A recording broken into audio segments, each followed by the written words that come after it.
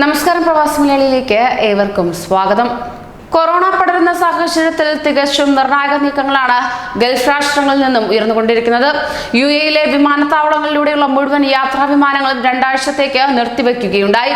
അടുത്ത 48 മണിക്കൂറിനുള്ളിൽ തീരുമാനം പ്രാബല്യത്തിൽ വരുമെന്ന് സിവിൽ ഏവിയേഷൻ അതോറിറ്റിയുടെ കീഴിലുള്ള the national emergency and crisis and disaster management അറിയിക്കുകയും ചെയ്തു.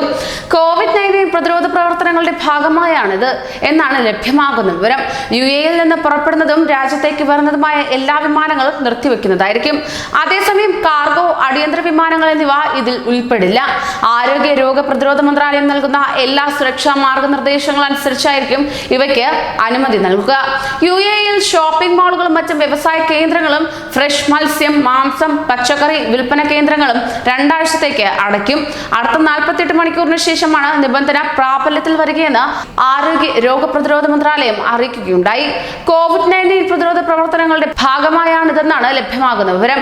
എന്നാൽ ഫാർമസികൾ, കോഓപ്പറേറ്റീവ് സൊസൈറ്റികൾ, ഗ്രോസറി, സൂപ്പർ മാർക്കറ്റ് തുടങ്ങിയവ ഉൾപ്പെടുന്ന ഭക്ഷണ വിൽപ്പന കേന്ദ്രങ്ങൾ, മത്സ്യം, മാംസം, പച്ചക്കറി, മൊത്ത കച്ചവട കേന്ദ്രങ്ങൾ എന്നിവ ഇതിൽ ഉൾപ്പെടില്ല.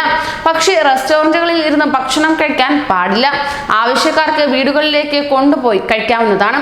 ആളുകൾ പുറത്തിറങ്ങുന്നത് വളരെ അത്യാവശ്യത്തിനും ജോലി ആവശ്യത്തിനും മാത്രമായിരിക്കണം. കാറിൽ കുടുംബത്തിലെ 3-ൽ കൂടുതൽ ആളുകൾ കയറരുത്. പൊതുയിടങ്ങളിൽ സംഘം ചേർന്ന് നിൽക്കരുതെന്നും കർശനമായ നിർദ്ദേശങ്ങളാണ് ഇപ്പോൾ യുഎഇ മുന്നോട്ട് വയ്ക്കുന്നത്.